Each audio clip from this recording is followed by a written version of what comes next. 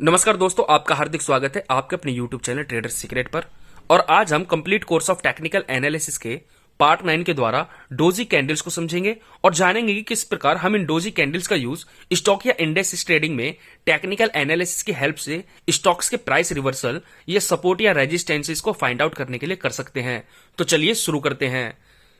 जब किसी स्टॉक या स्क्रिप्ट का प्राइस किसी पर्टिकुलर टाइम फ्रेम की कैंडल के दौरान जब किसी प्राइस पर ओपन होता है और उस कैंडल की क्लोजिंग के समय उसी प्राइस पर क्लोजिंग करता है, तो इस प्रकार की कैंडल्स उस स्टॉक या स्क्रिप्ट के प्राइस मूवमेंट में इंडिसीजन को शो करती हैं। मतलब उस पर्टिकुलर टाइम फ्रेम की कैंडल में बायर्स और sellers almost same stand show करते हैं, तो वह कैंडल ऑलमोस्ट उसी प्राइस के पास क्लोजिंग देती है जहां पर वह ओपन हुई थी। लेकिन इस दौरान उस स्टॉक का प्राइस नीचे अथवा ऊपर की ओर भी मूवमेंट कर सकता है। मतलब कैंडल के ओपनिंग के बाद स्टॉक या स्क्रिप्ट का प्राइस एक हाई या लो क्रिएट करने के बाद क्लोजिंग ओपनिंग प्राइस के पास करता है, जिसके कारण डोजी कैंडल की विक्स मेन बॉडी की तुलना में काफी बड़ी हो सकती हैं।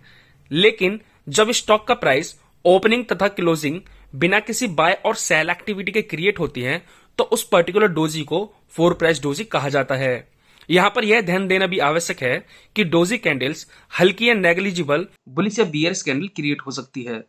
माना किसी स्टॉक का प्राइस किसी कैंडल के दौरान 100 रुपीज प्राइस पर ओपनिंग करता है और 98 रुपीज का लो क्रिएट करने के बाद ऊपर की ओर मूव करता है तथा 103 रुपीज का हाई क्रिएट करने के बाद 100.20 रुपीज के प्राइस क्लोजिंग करता है, तो हम देखते हैं कि ओपन तथा क्लोज्ड प्राइस में 0.20 रुपीज का डिफरेंस क्रिएट होता है, जिसके कारण मेन बॉडी स्मॉल बुलिश या ग्रीन कलर की क्रिएट होती है। तो जब इस प्रकार की स्मॉल या नेग्लिजिबल मेन बॉडी क्रिएट होती है, तो इसे भी हम डोजी कैंडल मानकर चलते हैं तथा इसका बिहेवियर भी डोजी कैंडल की तरह प्राइस रिवर्सल का संकेत देता है। अब हम जानते हैं कि डोजी कैंडल्स क्रिएट क्यों होती हैं।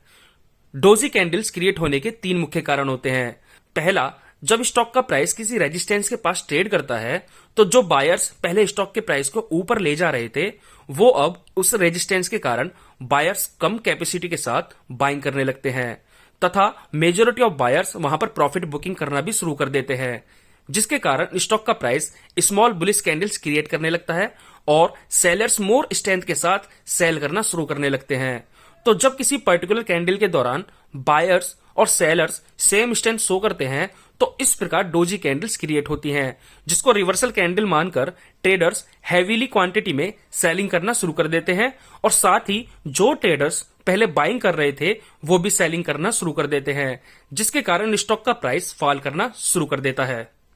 दूसरा, जब स्टॉक का प्राइस किसी सपोर्ट के पास ट्रेड करता है, तो जो सेलर्स पहले स्टॉक के प्राइस को नीचे ले जा रहे थे, वो अब इस सपोर्ट के कारण सेलर्स कम कैपेसिटी के साथ सेलिंग करना शुरू करते हैं तथा मेजॉरिटी ऑफ सेलर्स वहां पर प्रॉफिट बुकिंग करना भी शुरू कर देते हैं, जिसके कारण स्टॉक का price small bearish candle create करने लगता है और बायर्स मोर स्ट्रेंथ के साथ बाइंग करना शुरू करने लगते हैं। तो जब किसी पर्टिकुलर कैंडल के दौरान बायर्स और सेलर्स सेम स्ट्रेंथ शो करते हैं, तो इस प्रकार डोजी कैंडल क्रिएट होती है, जिसको रिवर्सल कैंडल मानकर ट्रेडर्स हैवीली क्वांटिटी में बाइंग करना शुरू करने लगते हैं और साथ ही जो ट्रेडर्स पहले सेलिंग कर रहे थे वो भी बाइंग करना शुरू करने लगते हैं, जिसको हम शॉर्ट कवरिंग बोलते हैं, जिसके कारण स्टॉक का प्राइस ऊपर की ओर मूव करना शुरू कर देता है। तीसरा, जनरली डोजी कैंडल किसी ट्रेंड के बीच में भी क्रिएट होती रहती हैं, जहां पर स्टॉक के प्राइस में बायर्स एंड सेलर्स के बीच इंडिसीजन देखने को मिलता है, लेकिन स्टॉक का प्राइस दोबारा से उसी ट्रेंड में मूव करना शुरू कर देता है। तो जब इस प्रकार की कोई डोजी कैंडल क्रिएट होती है, तो एग्जिस्टिंग ट्रेंड के कंटिन्यू रहने की संभावना रहती है। डोजी कैंडलस्टिक पैटर्न को फर्दर 5 टाइप्स में डिवाइड किया जाता है। पहला, स्टैंडर्ड डोजी कैंडलस्टिक पैटर्न। दूसरा, long lag doji candlestick pattern. तीसरा, ड्रैगनफ्लाई डोजी कैंडलस्टिक पैटर्न। चौथा, ग्रेवस्टोन डोजी कैंडलस्टिक पैटर्न और पांचवा, four price doji candlestick pattern. Doji candlestick pattern single candlestick pattern के अंतर्गत आते हैं। स्टैंडर्ड डोजी कैंडलस्टिक पैटर्न, जब किसी टाइम फ्रेम की कैंडल में ओपनिंग और क्लोजिंग प्राइस सेम होते हैं और अपर एंड लोअर विक भी ऑलमोस्ट सेम साइज की होती हैं, तो इसे स्टैंडर्ड डोजी कैंडलस्टिक पैटर्न कहा जाता है, जो स्टॉक के प्राइस में उस टाइम फ्रेम में इंडिसीजन को शो करती हैं। और जब इस प्रकार की कैंडल्स सपोर्ट एंड रेजिस्टेंसेस के पास क्रिएट होती हैं, तो यह ट्रेंड रिवर्सल का संकेत देती हैं। तो जब स्टैंडर्ड डोजी कैंडलस्टिक के बाद नेक्स्ट कैंडल बुलिश या बियरिश क्रिएट होती हैं तो ट्रेंड रिवर्सल के अनुसार बाय या सेल पोजीशन एग्जीक्यूट की जाती हैं और लोअर या अपर विक के नीचे और ऊपर एसएल यूज किया जाता है। Long leg doji candlestick pattern,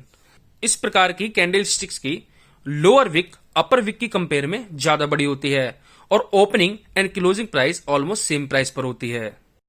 dragon fly doji, जब किसी डाउन ट्रेंड के अंत में किसी सपोर्ट के नजदीक किसी टाइम फ्रेम की कैंडल स्टिक्स के दौरान जब स्टॉक का प्राइस किसी लेवल पर ओपन होता है और थोड़ा ऊपर जाकर दोबारा से सेलिंग प्रेशर बढ़ता है तो एक लो क्रिएट करता है जो ओपनिंग प्राइस से काफी नीचे होता है, लेकिन क्लोजिंग से पहले दोबारा से बाइंग प्रेशर के चलते स्टॉक का प्राइस ओपनिंग प्राइस पर जाकर क्लोजिंग देता है तो नीचे की ओर एक लॉन्ग शैडो या विक क्रिएट होती है और ऊपर की ओर नेग्लिजिबल विक बनती है, जबकि ओपन और क्लोज प्राइस ऑलमोस्ट सेम होने के कारण नेग्लिजिबल मेन बॉडी क्रिएट होती है और यह देखने में ड्रैगन फ्लाई के समान होती है, इसलिए इसे dragon fly doji candlestick pattern कहा जाता है। Dragon fly doji candle bullish reversal candle होती है जो ट्रेंड रिवर्सल का संकेत देती है और जनरली इसके बाद नए अप ट्रेंड की शुरुआत होती है। यह कैंडल सिंगल कैंडलस्टिक पैटर्न के अंतर्गत आती है और बुलिश रिवर्सल का इंडिकेशन देती है। जब यह कैंडल सपोर्ट के नजदीक क्रिएट होती है तो ट्रेडर्स इसमें बाइंग पोजीशन एग्जीक्यूट करते हैं और लोअर विक के नीचे स्टॉप लॉस प्लेस करते हैं। ग्रेवस्टोन डोजी,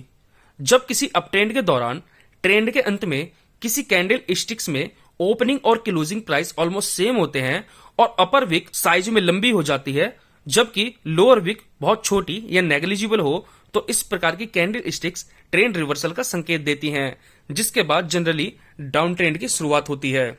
यह कैंडल स्टिक्स भी सिंगल कैंडल स्टिक पैटर्न के अंतर्गत आती है और रिवर्सल का सिग्नल देती है, जिसके बाद जनरली डाउन ट्रेंड शुरू हो जाता है, जबकि next candle bearish candle create होती है जो ट्रेंड रिवर्सल को कंफर्म करती है तो उसके नीचे सेल पोजीशन एग्जीक्यूट की जाती है और स्टॉप लॉस अपर विक के हाईएस्ट प्राइस पर प्लेस किया जाता है। 4 प्राइस डोजी, इस प्रकार की कैंडल स्टिक्स में कैंडल की चारों पोजीशंस हाई, लो, ओपन और क्लोजिंग एक ही लेवल पर बनते हैं। इस तरह की कैंडल्स ज्यादातर lower circuit and upper circuit के दौरान क्रिएट होती हैं।